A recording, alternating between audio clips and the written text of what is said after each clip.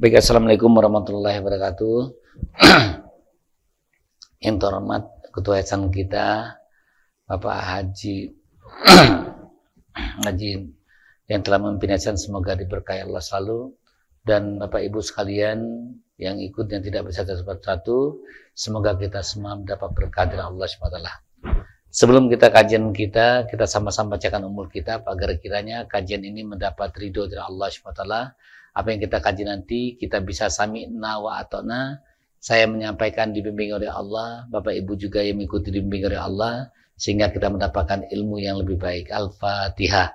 A'udzubillahi minasyaitonirrajim. Bismillahirrahmanirrahim. Alhamdulillahirabbil alamin arrahmanirrahim maliki yaumiddin iyyaka na'budu wa iyyaka nasta'in ihdinas siratal mustaqim siratal ladzina an'amta 'alaihim ghairil maghdubi 'alaihim waladdallin. Baik Bapak Ibu sekalian, bahwasanya cinta ilmu tingkatkan rezeki kita. Jadi bagaimana kita meningkatkan rezeki kita itu, kita tuh cintai dulu ilmu.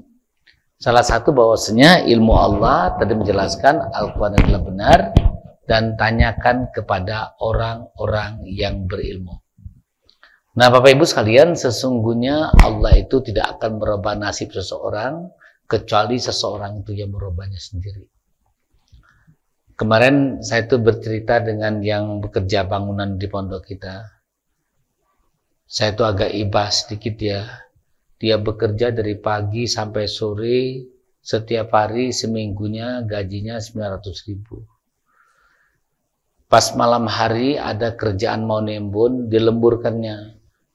Lembur itu, angkut tanah itu 200.000, angkut pasir 75, 275. Berdua jadi tambahan 130.000. Itu nggak selesai. Jadi saya ibah kok dari jam 8 pagi sampai jam 11 malam. Cuman mengejar uang paling-paling 200.000. Ya, 200.000.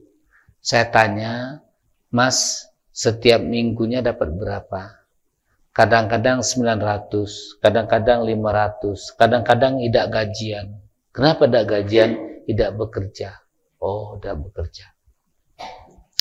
Nah, di sini saya jelaskan dengan dia bahwasanya sesungguhnya Allah tidak akan merubah nasib seseorang sebelum seseorang itu berubah.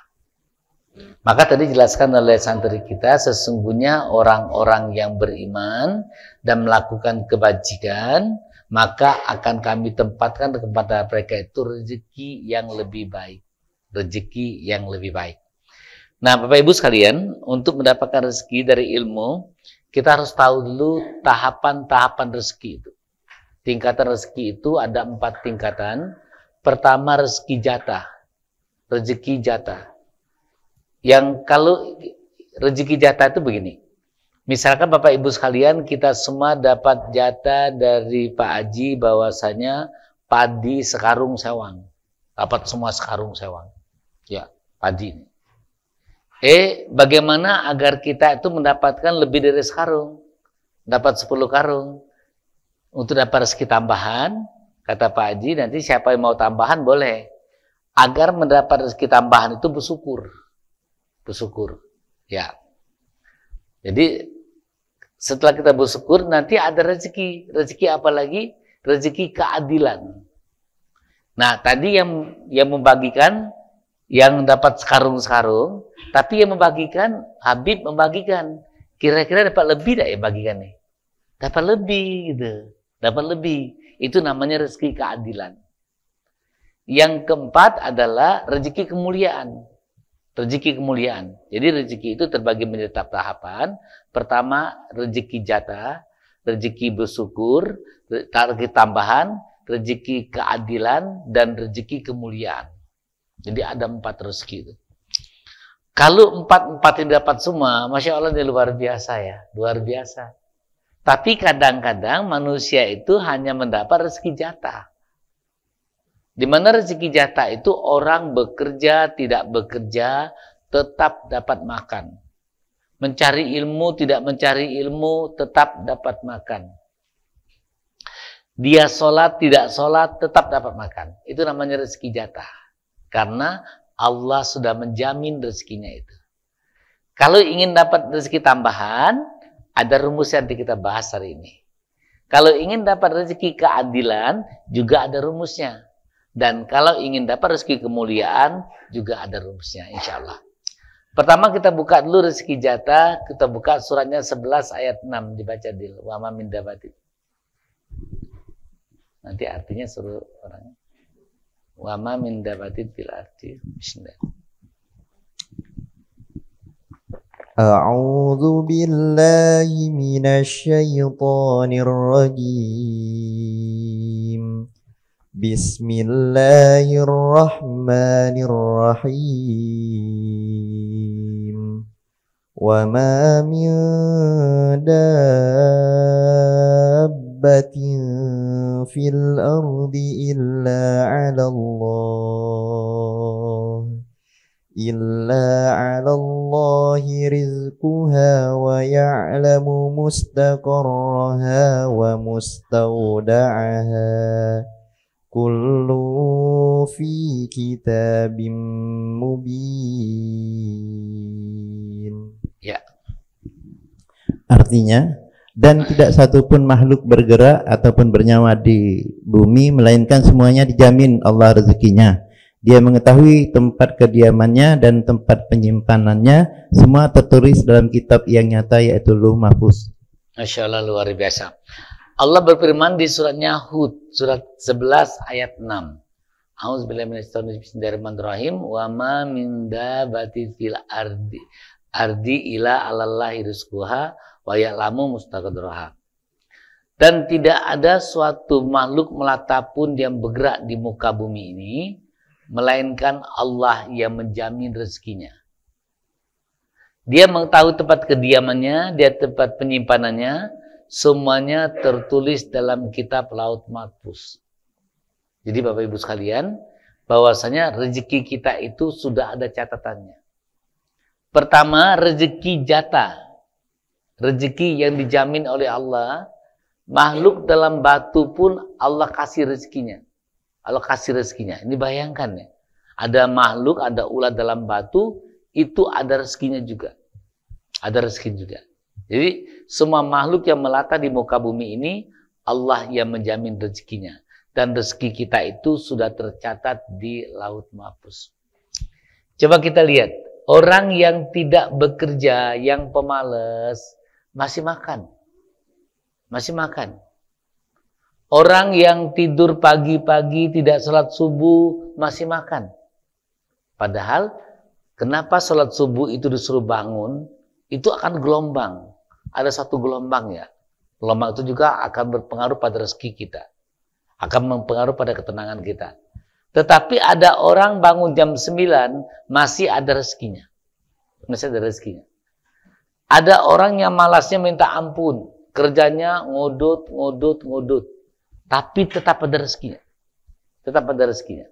Karena apa? Jaminan dari Allah. Itu dijamin oleh Allah rezekinya. Nah, Bapak Ibu sekalian, rezeki ini dijamin oleh Allah. Nanti kalau kita ingin mendapatkan rezeki tambahan, ada Allah katakan, kalau kamu ingin ku tambah rezeki itu, kamu cuma cukup bersyukur. Cuma cukup bersyukur. Bersyukur saja, nanti ku tambah rezeki itu. Kita buka surah 14 ayat 7, Pak Iza. A'udzu billahi minasy syaithanir rajim. Bismillahirrahmanirrahim. Wa idz ta'adzana rabbukum la in syakartum la azidannakum wa la in kafartum inna azabi lasyadid. Ya, dibaca. Artinya, dan ingatlah ketika Tuhanmu memaklumkan, sesungguhnya jika kamu bersyukur, niscaya aku akan menambah nikmat kepadamu. Tetapi jika kamu mengingkari nikmatku, maka pasti azabku sangatlah berat. Allah katakan bahwasanya, ingat ketika aku telah berjanji, aku mengatakan, jika kamu bersyukur akan kutambah nikmat itu. Tapi jika kamu kufur, sesungguhnya azabku sangatlah berat. Nah, Bapak Ibu sekalian, bersyukur itu aktingnya ada 3. Pertama secara spiritual, yang kedua secara emosional, yang ketiga secara sosial. Ya. Secara spiritual, pertama bersyukur itu hubungan kepada Allah. Hendaklah kamu menyembahku jika kamu tuh orang bersyukur. Allah katakan bahwasanya kalau kita mau bersyukur, kita tuh menyembah Allah. Nah, orang-orang yang bersyukur secara spiritual, orang yang selalu menghadirkan Allah dalam kehidupan. Maka orang yang bersyukur, orangnya tidak pernah kecewa. Orangnya tidak pernah putus asa. Dan orangnya tidak pernah mengeluh. Karena dia yakin semuanya dari Allah. Coba kita kasih contoh. Tadi saya isi kajian di Al-Furqan, jemaahnya cuma 7. Berarti saya tidak dihormati, saya tidak dihargai. Begitu kita mengatakan saya tidak dihormati, tidak dihargai, berarti kita menyepelekan Allah. Maka orang-orang yang bersyukur itu dia punya visi yang besar, bukan punya nafsu yang besar. Orang yang bersyukur, dia selalu menghadirkan Allah dalam kehidupan. Dan orang-orang yang bersyukur tidak pernah mengatakan kebenaran. Tadi saya ngaji di Al-Furqan, kebenaran bertemu dengan Ustaz Habib. Tidak ada kata kebenaran.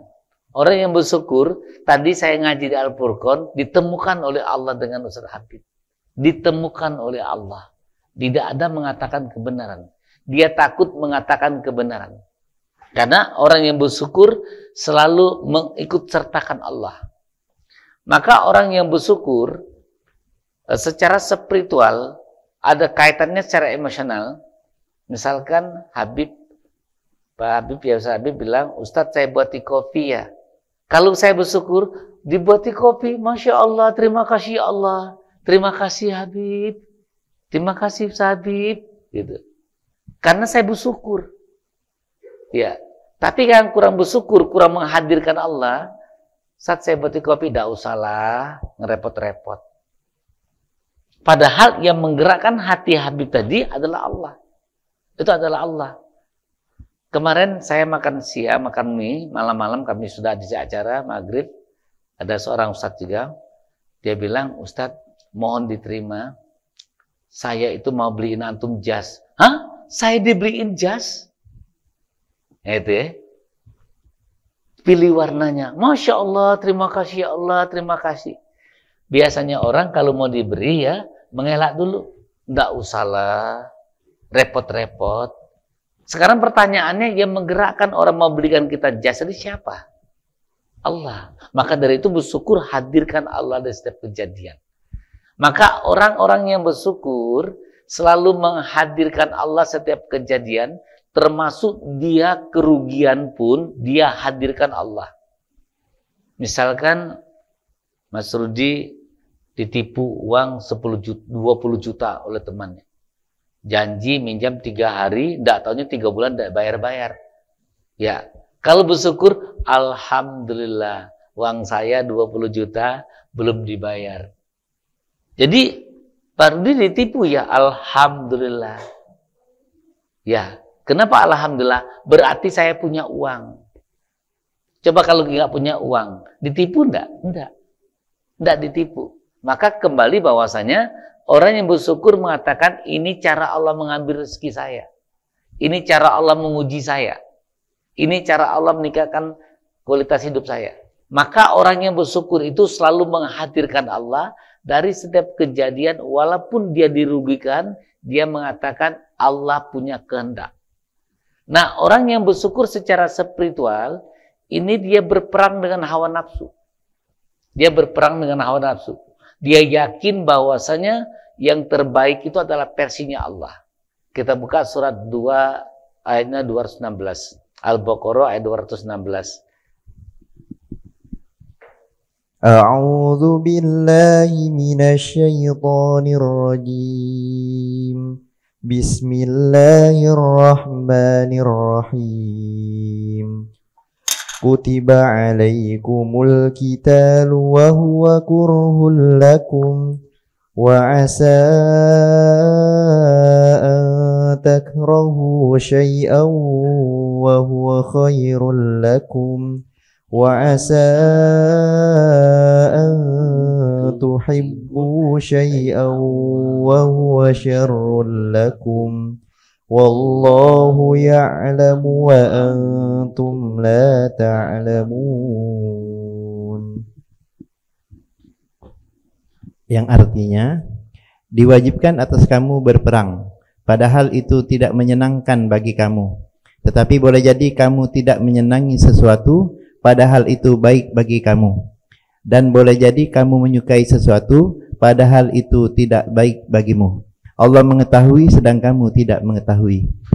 Diwajibkan atas kamu berperang, padahal berperang itu tidak menyenangkan. Maka orang-orang yang bersyukur itu selalu memerangi hawa nafsu. Secara spiritualnya dia selalu memerangi hawa nafsunya. Orang-orang yang bersyukur selalu menghadirkan Allah, semua kejadian itu atas seizin Allah. Itu namanya bersyukur secara spiritual. Bersyukur secara spiritual. Contoh, kita ngaji hilang sendal baru beli. Maka ucapnya inna lillah wa inna ilaihi rajiun. Semoga yang membawa sendal saya tadi berguna bagi dia, aku diganti rezeki yang lain. Tapi ini baru beli, aku diuji dengan hartaku yang ada. Maka orang bersyukur itu tidak pernah mengeluh dia. Tidak pernah mengeluh. Sekarang pertanyaannya, apakah kita termasuk orang yang bersyukur secara spiritual? Pada saat kita diberi rezeki oleh Allah, ya, Bunda, Bapak Ibu sekalian, diberi mobil. Pada saat kita diberi mobil, kita bersyukur kepada Allah, mobil kita disenggol oleh orang lain. Bisa tidak kita menjadi bersyukur bahwasanya ini Allah menguji aku punya mobil? Ya. Jadi kemarin, mohon maaf ya, ada cerita sedikit, sudah Jumat kami itu makan model di Waitam. Lagi parkir mobil, lagi mau makan model, ya, sudah Jumat. Ada mobil mundur di depan, tak nabrak mobil kita. Jadi yang sopir keluar, diajak sopirnya ke warung dulu. Minum dulu, saya bilang. Minum dulu. Mau makan? Nggak usah, Pak. Nggak usah, dia udah gemeter nih. Udah gemeter.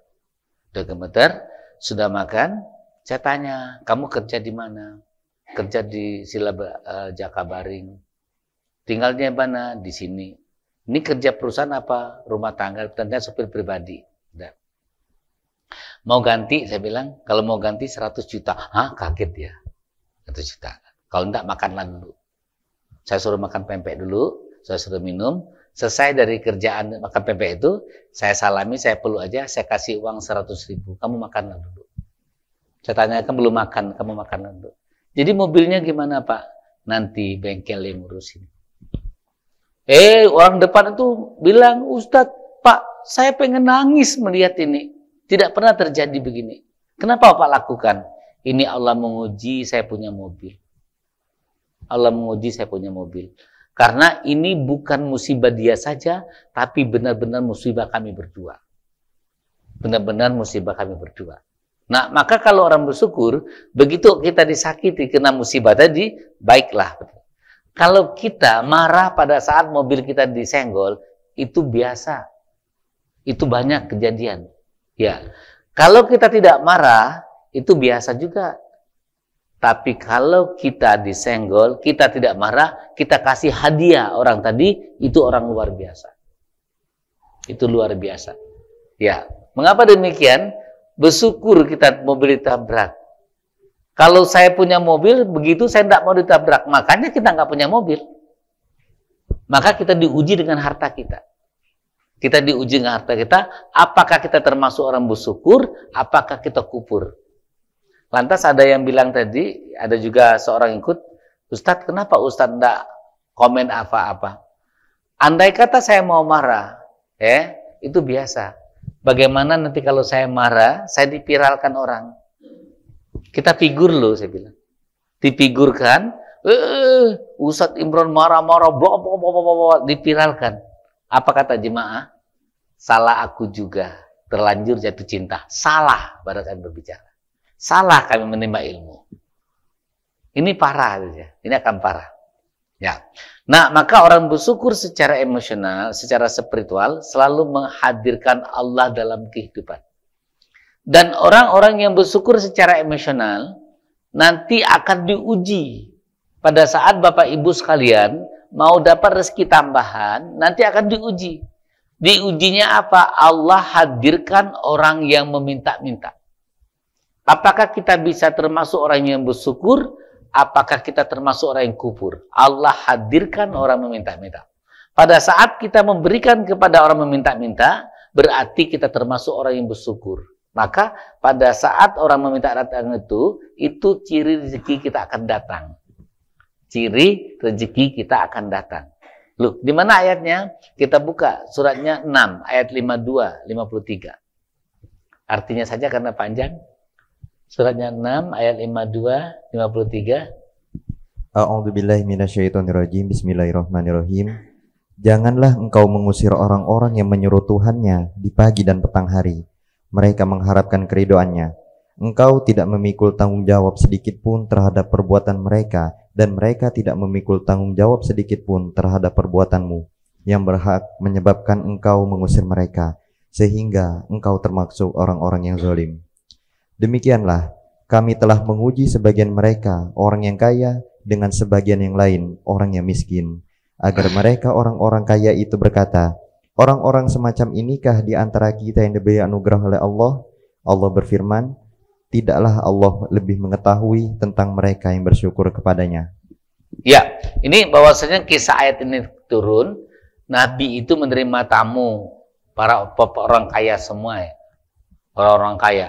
Ada lagi sekelompok orang miskin. Orang miskin dia melihat ini orang kaya semua nih, orang kaya semua ini. Rencananya mau minta orang kaya ini.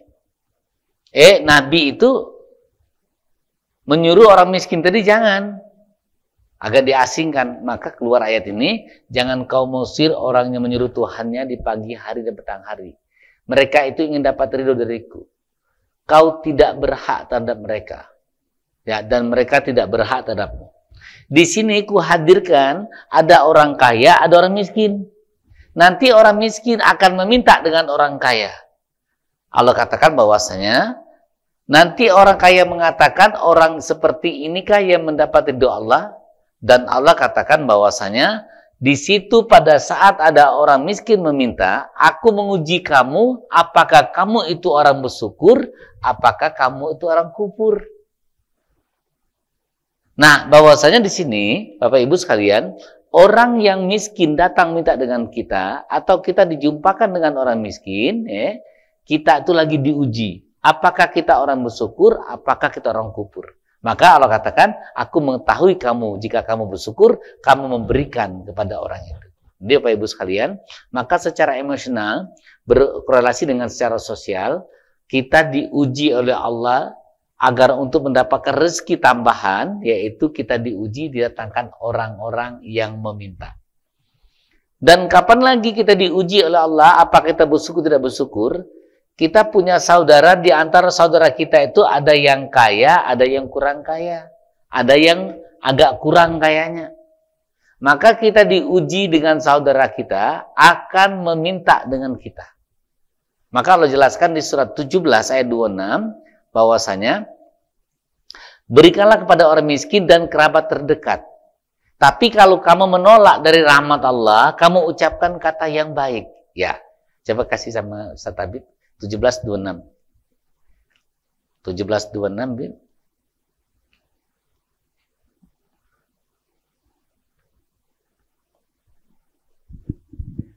Quran surat 17 ayat 26 yang artinya, dan berikanlah haknya kepada kerabat dekat, juga kepada orang miskin dan orang yang dalam perjalanan, dan janganlah kamu menghambur-hamburkan hartamu secara boros. Terus sampai 28. Sesungguhnya orang-orang pemboros itu adalah saudara setan, dan setan itu sangat ingkar kepada Tuhannya. Terus, dan jika engkau berpaling dari mereka untuk memperoleh rahmat dari Tuhanmu yang engkau harapkan, maka katakanlah kepada mereka ucapan yang lemah lembut. Coba kita analisa bahwasanya 1726 dan 1728. Dan berikanlah haknya kepada kerabat terdekat. Kerabat terdekat ngutang duit itu memang hak dia. Memang hak dia. Ustadz, kerabat aku tuh ngutang terus sama saya. Berikan, memang hak dia. Ngutang hari ini 5 juta, nggak bayar, minggu depan ngutang kasih lagi. Utang lama lunas, ini utang baru. 5 juta, ngutang lagi 7 juta, nggak bayar, mau ngutang lagi 3 juta, kasih lagi. Loh, Kak, aku ngutang terus sama kakak, tidak pernah bayar. Tapi kakak utangi terus, memang rezeki kamu, memang hak kamu. Karena apa? Agar aku mendapat ridho Allah. Nanti ada orang miskin, miskin itu dua. Miskin meminta dan miskin tidak meminta. Miskin yang meminta, yang nyata-nyata meminta. Miskin tidak meminta adalah orang yang di jalan Allah. Contoh, maaf ya, nanti ada orang miskin tidak meminta itu, orang-orang yang berhijrah, berjihad jalan Allah, mereka waktunya tidak ada lagi untuk berbisnis. Contoh misalkan marbot masjid. Marbot masjid kan tidak bekerja ya. Kerjanya membersihkan masjid terus. Ya. Dia terlepas dari bisnis itu. Itu namanya dia kekurangan, namanya miskin tidak meminta. Karena dia menjaga harga diri. Dan Allah kelaskan sesungguhnya kamu jangan pemboros. Pemboros itu teman setan. Ya. Pemboros teman setan. Dan di 28-nya, dan jika engkau berpaling dari mereka, berpaling dari orang meminta, berpaling dari kerabat kamu mau pinjam uang, ucapkanlah kata yang baik. Jika kamu berpaling dari rahmat Allah, kamu berpaling dari rahmat Allah. Berarti orang yang meminta dan kerabat yang nak ngutang duit, di belakangnya itu ada rahmat Allah. Tapi kalau kamu tolak, rahmat Allah itu ucapkanlah dengan kata lemah lembut. Ucapkan dengan kata-kata lembut. Berarti kalau kita menolak orang meminta, menolak kerabat kita mau pinjam uang, kita menolak rahmat dari Allah. Insya Allah ini luar biasa ya. Nah, kita diuji dengan orang meminta-minta. Terus Bunda, Bapak Ibu sekalian, bersyukur secara spiritual, secara emosional, dan secara sosial. Maka bersyukur secara sosial, kalau ingin ditambah rezeki, setiap dapat rezeki berikan kepada orang yang kita butuhkan. Bukan orang yang membutuhkan. Berikan kepada orang yang kita butuhkan. Siapa orang yang kita butuhkan? Orang tua, kerabat, anak yatim, orang miskin, dan fisabilillah. Kenapa orang yang kita butuhkan? Orang tua belum tentu butuh uang kita. Ya. Belum tentu dia butuh infak dari kita. Tapi kita butuh berimpak pada orang tua. Agar mendapat ridho Allah. Agar mendapat ridho Allah. Kita buka secara sosial. Bersyukurnya Al-Baqarah 215. Ya, selenangkan. Al-Baqarah 215. A'udzu billahi minasy syaithanir rajim. Bismillahirrahmanirrahim. Yas'alunaka madza yunfikun. Qul ma anfaqtum min khairin falil walidaini wal aqrabin. والأقربين واليتامى والمساكين وابن السبيل وما تفعلوا من خير فإن الله به عليم. Yang artinya, mereka bertanya kepadamu Muhammad tentang apa yang harus mereka infakkan. Katakanlah harta apa saja yang kamu infakkan hendaknya diperuntukkan bagi kedua orang tuamu, kerabatmu, anak yatim, orang miskin, dan orang dalam perjalanan. Dan kebaikan apa saja yang kamu kerjakan, maka sesungguhnya Allah mengetahui. Bersyukur secara sosial, memberikan harta kita, menginfakkan harta kita kepada orang yang kita butuhkan. Bukan orang yang membutuhkan. Orang yang kita butuhkan. Siapa orang yang kita butuhkan? Pertama, orang tua. Orang tua. Saya sekarang tanya dengan Pak Haji. Pak Haji butuh nggak uang dari anaknya? Nggak butuh. Ada, alhamdulillah. Tapi anaknya butuh berimpak dengan Pak Haji. Butuh. Ya, karena untuk dapat ridho Allah. Anaknya butuh berimpak. Ustadz, kalau saya impak sama Pak Haji kan uangnya banyak. Jangan uang. Beliin baju, beliin Al-Quran, beliin sepatu, beliin kacamata. Apa kesukaannya? Apa kesukaannya?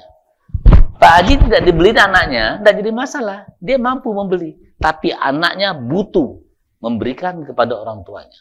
Guna apa? Untuk mendapat ridho Allah. Untuk mendapat ridho Allah. Jadi kalau dari mana? Belikan. Untuk mendapat ridho Allah. Kalau kasih uang, ya mungkin dia ada uang ya. Pak Haji ada uang. Tapi belikan apa kesukaannya. Apa kesukaannya. Karena apa? Orang tua itu diberi anak itu nilainya akan lebih.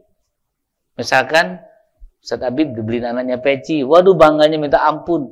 Padahal harganya 20.000. Ini peci saya 16.000. 16.000 peci ini. Dibelikan anak, bangga minta ampun. Ya, padahal saya mampu beli 16.000. Mampu saya beli 16.000. Tapi dibeliin itu luar biasa. Saya dibeliin anak-anak santri di baju ini dibeliinnya. Dibeliin ya. Ya paling udah beliinnya 60.000 ya. Saya pakai. Saya mampu membeliin baju 60.000. Saya mampu. Tapi saya pakai. Ya. Karena apa? Agar dapat ridho Allah. Nah, orang tua, kerabat. Kerabat itu kita punya, belum tentu kerabat kita butuh uang kita. Tapi kita butuh memberikan kepada kerabat itu. Butuh memberikan kepada kerabat. Coba kita lihat orang-orang yang ditambah Allah rezekinya. Kalau ada acara pesta kerabat, dia siapin uang 50 ribuan. Kerabatnya dikasih. Kenapa dikasih sekarang? Kesempatan bertemu galau. Kesempatan bertemu galau. Kan bertemu semua nanti. Oh, kasih. Insya Allah luar biasa itu. Karena itulah namanya kita bersyukur. Dan Bapak Ibu sekalian, kalau kita bertemu dengan kerabat kita, atau teman kita yang lama, dia dalam keadaan miskin, kita jangan katakan, waduh kasihan. Kita, ya Allah bersyukur, ya Allah. Bersyukur aku seperti ini. Bagaimana tindakan bersyukur kita? Berikan kepada dia rezeki kita. Itu kita bersyukur. Sama kemarin saya ada ceramah di Bengkulu. Saya ceramah di Bengkulu, saya turun di panggung, saya disalami oleh seseorang. Ustadz, apa kabar? Salaman. Baik, alhamdulillah. Ingat dengan saya SKSD saja ya. Iya, gitu aja. Baru saya nggak ingat lagi. Kami berpisah tahun 86. Teman SMP. Pas terakhir saya ini katanya. Wah, baru saya peluk, ya Allah. Kalau temukan biasanya. Temukan. Pas sudah acara makan itu, ya, saya kan ngelepas jas saya, ada saya bersihin, ada kalimatnya, tidak usah dibawa lagi jas itu untuk aku. Tapi karena saya mau tampil lagi, sebentar saya bilang, bentar, tampil lagi. Besok paginya saya tanya di tempat rumah itu, di mana teman saya kemarin? Oh, katanya dia di sana, dia lagi ngojek. Di mana? Di sana. Saya pinjam motor, saya temu dia, saya cari. Saya tanya, kemarin kamu tanya jas saya. Iya. Kamu benar mau dibawa kemana? Karena kalau bawa kemana-mana tidak terkeruang kan sayang juga. Mau bawa kemana? Terakhir katanya bercanda saja. Udah, kalau bercanda saja. Kita ngopi dulu. Ya, kita ngopi, bela-bela, kita kasih uang. Ya, itu kita bersyukur. Dulu teman saya satu SMP, satu kelas, ya, makanan sama-sama, main sama-sama, saya bisa begini, dia begitu. Buktikan syukur kita itu berikan rezeki kita. Itu tanda kita bersyukur pada Allah. Secara sosial, secara emosional saya sudah meladenin. Secara spiritual saya sudah menghadirkan Allah. Allah temukan saya. Secara sosial saya berikan hak dia dari saya. Ini apaan Ustaz? Ambil saja. Ini rezeki kamu dari saya. Rezeki kamu dari Allah lewat saya. Nah, itu tanda kita bersyukur. Nah, maka kalau secara spiritual, secara emosional, secara sosial kita lakukan, kita baru mendapatkan rezeki tambahan. Baru dapat rezeki tambahan. Ya, tadi jatah kita sekarung sewang dari Pak Haji tadi ya, akan dapat rezeki tambahan, bukan sekarung tambahannya, bahkan lebih banyak lagi. Bukan sekarung, bisa 10 karung tambahannya. Masya Allah, luar biasa. Nah, itu rezeki tambahan tadi. Yang kedua, rezeki keadilan. Rezeki keadilan. Kita buka suratnya 53 ayat 38. Surat 53 ayatnya 38. Bismillahirrahmanirrahim. Alla taziru waziratu wizra ukhra.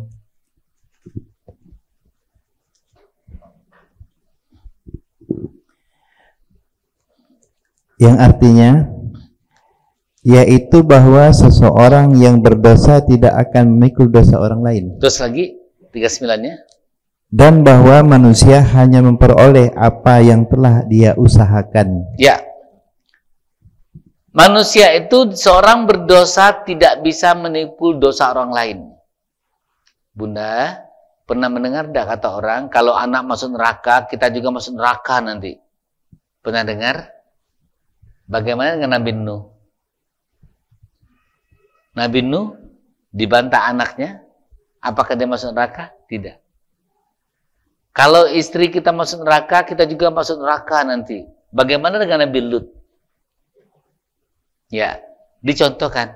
Kalau suami masuk neraka, nanti kita juga masuk neraka. Bagaimana dengan Aisyah? Ya, suaminya Firaun. Jadi bahwasanya seseorang yang berdosa tidak bisa menanggung dosa orang lain. Dan Allah jelaskan, manusia itu hanya mendapatkan dari apa yang diusahakannya. Jadi di sini, siapapun dia berusaha, pasti dia akan mendapat rezeki keadilan. Coba lihat orang-orang yang sportif, ya, orang-orang yang istiqomah, orang-orang yang selalu berbuat baik, orang-orang berlaku baik, dan tidak menyerah dalam berjuang. Coba kita lihat rezekinya. Ya, ini saya tanya dengan Pak Haji, alhamdulillah punya Yayasan Al-Furqan, punya usaha perumahan, punya rumah sakit. Itu bukan mudah loh. Pak Haji bukan dokter ya, bukan dokter, kok bisa punya rumah sakit? Ya. Apa Pak Haji pernah bekerja di rumah sakit? Tidak pernah. Tidak pernah ya Pak Haji? Tidak pernah. Ya. Nah, ini namanya rezeki keadilan. Kalau kita punya keinginan-keinginan, istiqomah dalam keinginan kita, Allah akan berikan. Allah akan berikan. Allah akan berikan. Ya. Ini saya tanya Pak Haji, punya yayasan sekolahan, apa pernah jadi Pak Guru? Apa pernah jadi kepala sekolah? Mungkin tidak pernah jadi kepala sekolah. Kok bisa yayasan? Ini adalah rezeki keadilan. Nah sekarang saya tanya lagi dengan Pak Haji, sebelum punya yayasan, sebelum rumah sakit, bagaimana kehidupan sebelumnya? Apakah sudah senang-senang? Apa masih banyak penderitaan dulu? Banyak penderitaan. Semakin menderita, semakin sempit, tapi tetap istiqomah. Tetap berjuang. Perjuangan dihina orang, tetap berjuang. Ya.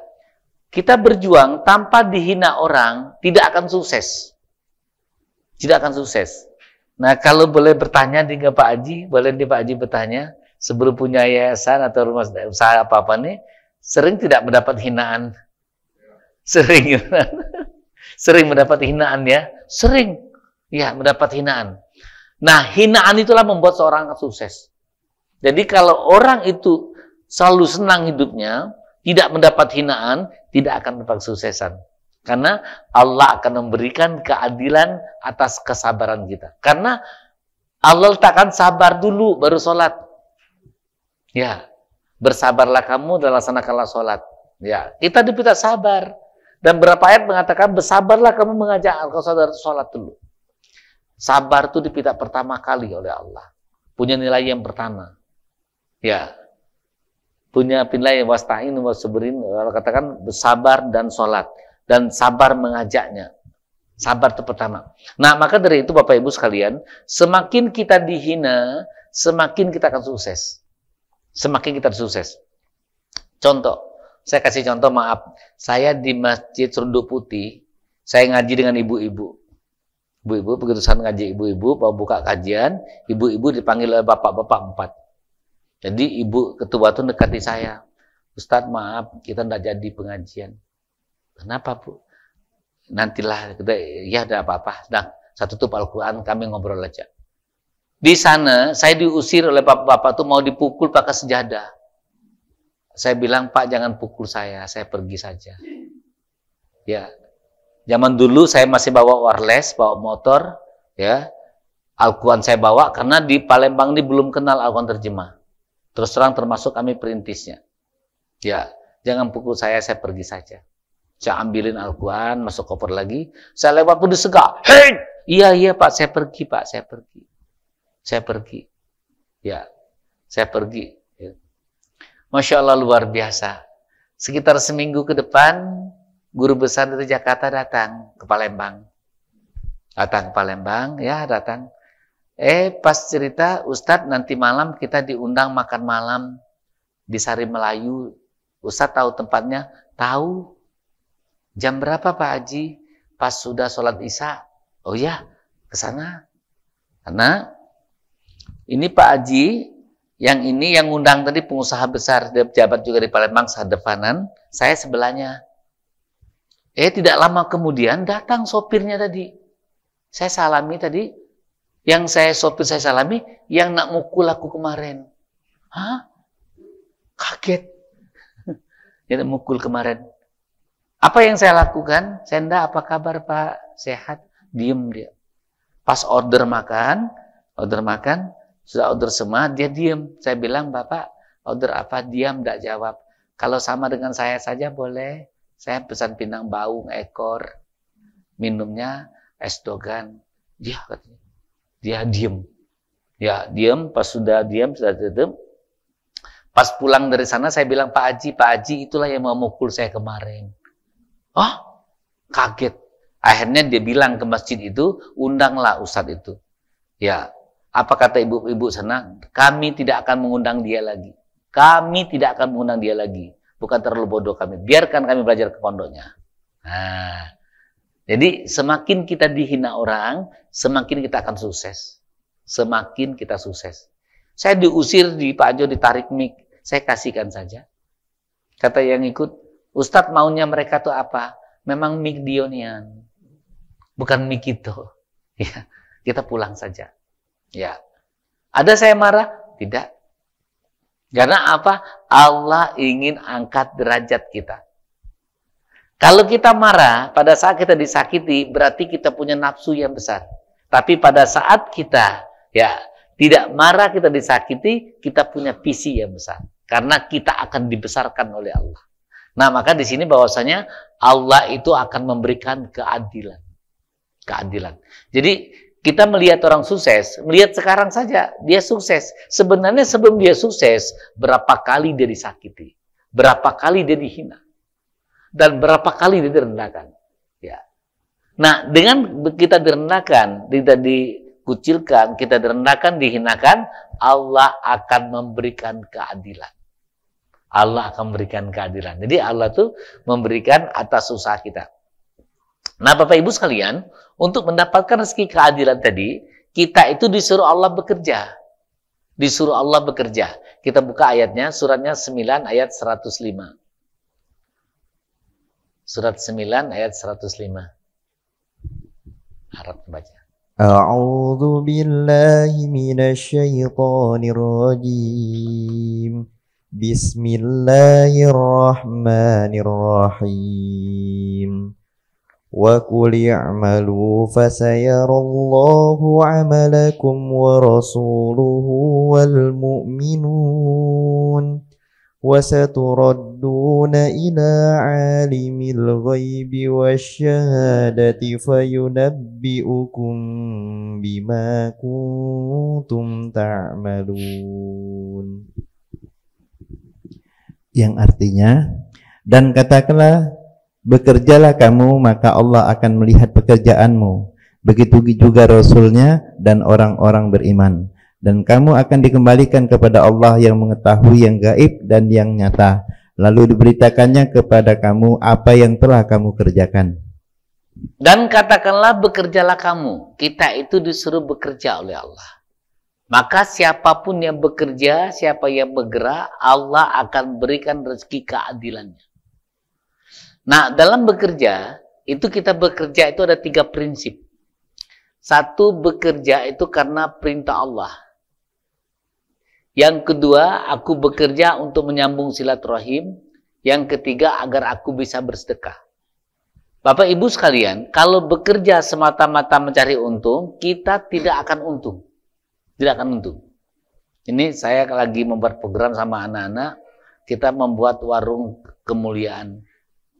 Berapa warung kemuliaan? Kita jual mie tetek 3.000 satu porsi. 3.000 kata tim kita, iya. Kita buat 3.000. Nasi goreng pakai telur 5.000. Ya, 5.000 ndak rugi ndak? Dia bertanya, kenapa ndak rugi? Itu Adit di Jakarta saja gratis. Makan gratis. Bisa terkenal se-Indonesia Raya sih. Dan bisa menghidupi orang yang banyak. Gratis dia buat. Nah sekarang kita jangan buat gratis, kita membuat warung kemuliaan. Ya, kira-kira ada nggak nasi goreng pakai telur 5.000? Nggak ada ya, nggak ada. Nggak, kita buat aja. Buat mie tetek 3.000 saya bilang. Kita buat. Akhirnya sepakat, ya kapan kita buat? Kapan kita buat? Tujuan kita bekerja adalah karena perintah Allah. Karena perintah Allah. Coba lihat ada lagi warung, dia 5.000 makan, 5.000 ikan besar-besar, 5.000. Ditanya oleh orang, ibu dari mana untungnya? Kan dari Allah. Dari Allah. Ya, nah maka dari itu kita bekerja saja menjadi pelayan. Menjadi pelayan. Bekerjalah kamu, nanti Allah yang bekerja untuk kamu. Allah yang bekerja untuk kamu. Nah Bapak Ibu sekalian, kita dalam bekerja itu, ya, kita hanya disuruh membuat program. Disuruh membuat program. Nanti Allah yang mengisi. Allah yang mengisi. Maka kalau katakan bekerjalah kamu, nanti Allah bekerja untuk kamu. Coba, kira-kira kalau kita jual mie tetek 3.000, nasi goreng 5.000, masuk akal enggak ini? Enggak masuk akal nih secara untung. Coba dulu. Tapi kita jangan mengeluh bahwasanya aku rugi, tidak. Aku telah untung. Aku telah memuliakan orang. Ya, aku telah untung. Aku telah berbuat untuk orang lain. Aku telah untung, telah berbuat orang lain. Karena Allah jelaskan, tidak ada balasan kebaikan, melainkan kebaikan itu juga. Tidak ada balasan kebaikan, melainkan kebaikan itu juga. Jadi kita berbuat baik saja. Berbuat saja. Tidak usah memikirkan untung rugi, berbuat baik saja. Berbuat saja. Allah tidak akan sia-siakan kebaikan kita. Allah tak akan sia-siakan kebaikan kita. Nah, maka orang seperti ini, dia akan mendapat rezeki keadilan. Ya, dia dihina, itu keadilan. Dia berbuat baik, itu keadilan. Masya Allah, ini luar biasa. Jadi, orang-orang yang sukses pasti mengalami penderitaan. Semakin dalam penderitaan, semakin disukseskan orang itu. Masya Allah, ini luar biasa. Terus yang terakhir, rezekinya adalah rezeki kemuliaan. Rezeki tanpa batas. Maka ayatnya tidak asing. Kita buka suratnya 65 ya. 65 ayat 2 terakhir ya. Pamayatakullah. Surat 65 ayat 2 terakhir. وَمَنْ يَتَّقِ اللَّهَ يَجْعَلْ لَهُ مَخْرَجًا. Barang siapa bertakwa kepada Allah, niscaya dia akan membukakan jalan keluar baginya. Terus tiganya, yang memberikan rezeki. Dan dia memberinya rezeki dari arah yang tidak disangka-sangkanya. Dan barang siapa bertawakal kepada Allah, niscaya Allah akan mencukupkan keperluannya. Sesungguhnya Allah melaksanakan urusannya. Sungguh Allah telah mengadakan ketentuan bagi setiap sesuatu. Barang siapa yang bertakwa dan kepada Allah, niscaya dia akan membukakan jalan keluar baginya dan memberinya rezeki dari berbagai arah yang tidak disangka-sangka. Dulu saya waktu masih kecil disuruh bibi saya baca surat ini. Ya, baca ini pagi 7 kali, sore 7 kali. Pamayatakullah nih. Oh, kayak baca terus. Ya, pagi, sore, siang. Pagi, sore, siang. Ya, dengan harapan dapat rezeki dari berbagai arah yang tidak disangka-sangka. Ternyata setelah dipahami, bukan dibaca 7 kali, bukan dibaca 70 kali, bukan 700 kali, tapi kita itu bertakwa kepada Allah, bertawakal kepada Allah. Itu maksudnya. Nah, orang-orang yang bertakwa dan bertawakal kepada Allah, orang yang tidak pernah berharap dengan manusia. Tidak pernah berharap dengan orang lain. Misalkan bertemu dengan orang kaya, oh berharap agar kiranya kita bisa apa. Nah, itu akan terhilang. Akan terhilang. Jika kita cukup berharap kepada Allah. Contoh Bapak Ibu sekalian, kita tidak usah barang suka, barang gratisan. Contoh, misalkan Ustaz Habib berangkat haji nih. Tat, tolong oleh-olehnya, aku nak dari awak nian. Berarti kita berharap dengan dia. Ya, berharap dengan dia. Jangan berharap dengan manusia. Berharap saja dengan Allah. Kemarin kami dakwah di Bengkulu. Saya ditelepon oleh panitia, Ustadz, apa yang perlu kami siapkan? Saya bilang, tolong siapin M-Focus, karena saya nggak bawa. Saya ada pelatihan sana, M-Focus saya ada bawa. Apalagi Ustadz, itu aja, sama jemaahnya saja. Maksudnya amplok Ustadz. Oh, amplok saya banyak. Tinggal buat saja amplok. Nah, tinggal buat saja amplok. Ya. Dan maksudnya, dia buatkan lagi tiket pesawat dan sebagainya. Saya udah beli tiket. Udah beli tiket. Ya. Kita biaya sendiri, hotel sendiri. Ya. Kita tidak membebankan kepada peserta. Dihitung-hitung, kami pergi berdua, itu 12 juta habisnya. Kalau kita minta bayar dengan peserta, dia nggak sanggup ya 12 juta. Nggak sanggup. Ya. Alhamdulillah sudah mau berangkat ya. Pas pulang saya dikasih oleh-oleh makanan sana begitu di hotel kita dapat transfer dari mana uang. Ya. Ada yang transferan yang tidak pernah kami kenal. Tidak pernah kami kenal. Saya lagi ada cerita di Jakarta, saya kehabisan dana di Bandara Jakarta, mau terbang ke Lampung, uang tinggal 1,5 juta. Ditransfer 20 juta, orang yang tidak pernah saya bertemu. Ya, cuman dia berteman sama Habib cerita tentang saya.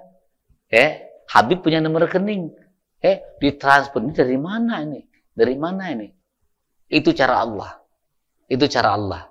Jadi Allah tidak suka kepada orang yang berharap dengan manusia. Nah, Bapak Ibu sekalian, untuk mendapatkan rezeki kemuliaan, kita perbesar wadah kita. Besar wadah kita. Jangan kita minta yang ini wadah kita seperti ini, nak minta seperti ini. Tidak muat. Tidak muat.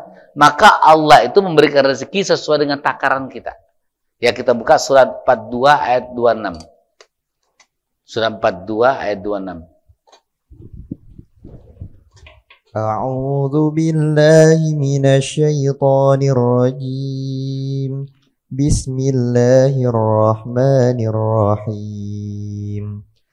Wa yastajibul ladzina amanu wa 'amilus solihati wa yaziduhum min fadlihi wal kafiruna lahum 'adzabun syadid. Yang artinya, dan dia memperkenankan doa orang-orang yang beriman dan mengerjakan kebajikan serta menambah pahala kepada mereka dari karunia-Nya. Orang-orang yang ingkar akan mendapat azab yang sangat keras. Terus 27-nya artinya? Dan sekiranya Allah melapangkan rezeki kepada hamba-hambanya, niscaya mereka akan berbuat melampaui batas di bumi. Tetapi dia menurunkan dengan ukuran yang dia kehendaki. Sungguh dia maha mengetahui terhadap keadaan hamba-hambanya, maha melihat. Allah itu akan melapangkan mengabulkan doa orang-orang yang soleh. Dan Allah juga akan memberikan rezeki itu sesuai dengan ukurannya yang dikehendaki. Dan Allah mengetahui keadaan hamba-hambanya. Saya tanya, ini anak-anak muda, kalau uangnya banyak seperti uang Pak Haji, nanti stres dia. Saking stresnya, dia mengenal diskotik, dia mengenal apa, saking stresnya. Ya, karena takarnya belum sampai ke sana. Sombongnya minta ampun nanti. Sombongnya minta ampun. Karena Allah katakan, aku mengetahui keadaan hambaku itu. Ya, walaupun takarnya sudah ada, tapi belum kuberikan. Dan Allah memberikan rezeki itu berdasarkan takarannya sesuai dengan amal solehnya. Makanya tingkatkan iman kita, Allah tingkatkan rezeki kita. Ya, cintai ilmu, maka rezeki kita dipermudah. Cintai ilmu, kita harus tahu dulu ilmu mencari rezeki itu apa. Nah, sebenarnya Pak Ibu sekalian, yang dimaksud dengan rezeki kemuliaan, saya kasih contoh ya, bahwasanya kalau Bapak Ibu senang dengan kupu-kupu, tidak usah mencari kupu-kupu. Kok senang dengan kupu-kupu, tidak usah mencari kupu-kupu? Kalimatnya gimana? Buat saja taman. Buat saja taman, nanti kupu-kupu akan datang. Kupu-kupu akan datang. Nah, kita juga rezeki, tidak usah dicari rezeki, buat saja kemuliaan. Nanti rezeki akan datang. Di mana kemuliaan itu, kita memuliakan, pertama mulia pada Allah, muliakan diri kita sendiri, dan muliakan orang lain. Muliakan orang lain, kita menjadi pelayan. Menjadi pelayan. Contoh, misalkan Ustaz Habib buka warung, ada orang minta terus. Tidak apa-apa, kasih terus. Kenapa kasih terus? Kita memberikan kemuliaan. Ustadz, saya ini minta terus sama Ustadz, kok dikasih terus? Memang rezeki Bapak lewat saya. Memang rezeki Bapak lewat saya. Itu namanya kemuliaan. Kemuliaan. Coba kita bahwasanya, kita memberikan kemuliaan itu tanpa pamrih. Tidak usah aku berbuat begini agar orang begini, enggak usah. Yang penting aku berbuat baik saja, sudah.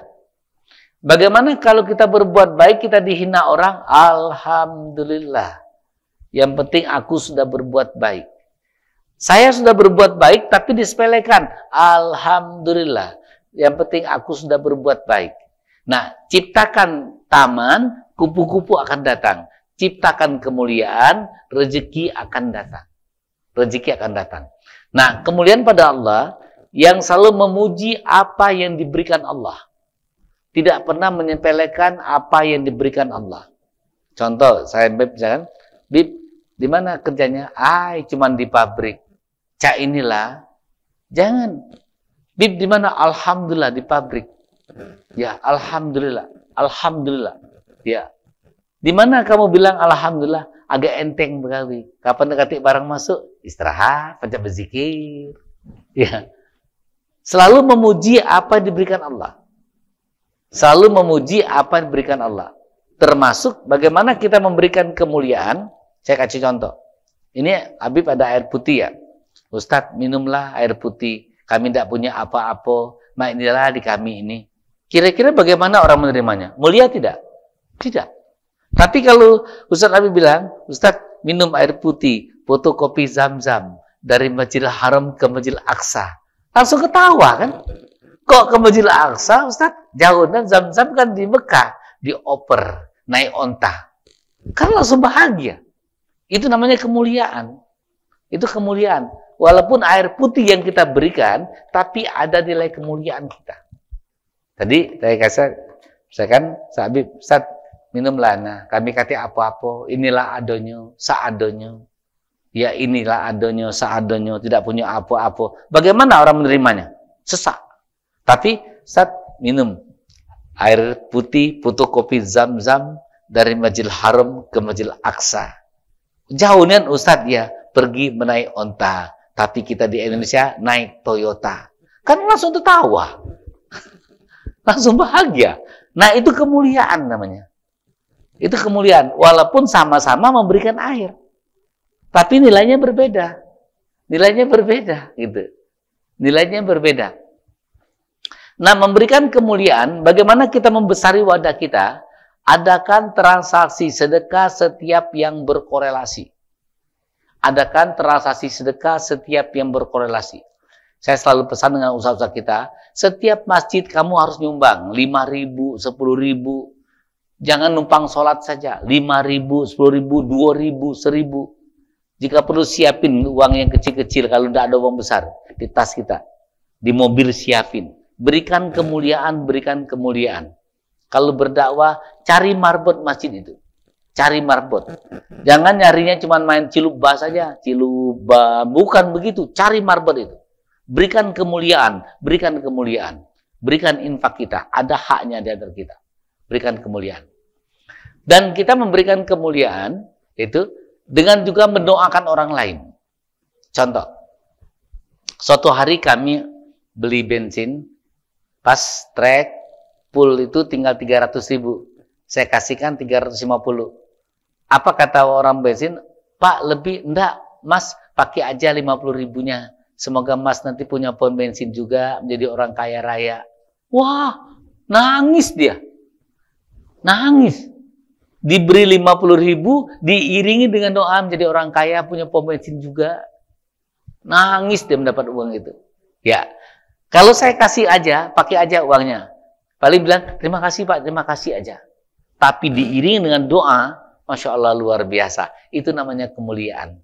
Ya, walaupun sama-sama memberikan 50.000, tapi kita iringan dengan doa yang baik itu, kita mendapat nilai plus. Maka di bawahnya, barang siapa yang bertakwa, bertawakal pada Tuhannya, Allah memberikan rezeki dari berbagai arah yang tidak disangka-sangka.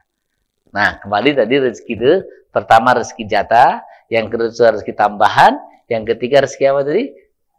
Keadilan, ya. Yang keempat rezeki kemuliaan. Nah, kita sekarang batas mana rezeki kita? Apa rezeki jatah we? Kalau jatah we sudah makan hari ini iwak sarden. Telur ayam biasa. Ya, kalau tambahan telur ayam kampung, telur bebek. Iwaknya iwak kerbu, tambah itu. Ya, tambah itu. Kalau kita masih iwak sarden lah tadi, berarti rezeki jatah we. Belum berubah seluang, belum ini berubah, masih jatah. Ya. Kalau sudah dapat rezeki tambahan, dia akan bertambah berubah. Ya, dapat rezeki keadilan, dia akan mendapatkan suatu break lagi. Yang lebih hebat lagi adalah rezeki kemuliaan. Rezeki kemuliaan. Maka terjadi duduk diam rezeki datang. Loh, kok duduk diam rezeki datang? Iya. Kita bekerja di sini, datangnya di sini. Kita bekerja di situ, jangan meminta di situ. Karena kisah Safa Marwah, kisah Hijr Ismail ya, Safa Marwah, airnya timbul di mana? Di Hijr Ismail. Masya Allah luar biasa. Semoga kita mendapatkan rezeki yang luar biasa. Masih ada waktu tanya jawab? Ya, silakan dibuka tanya jawab kita.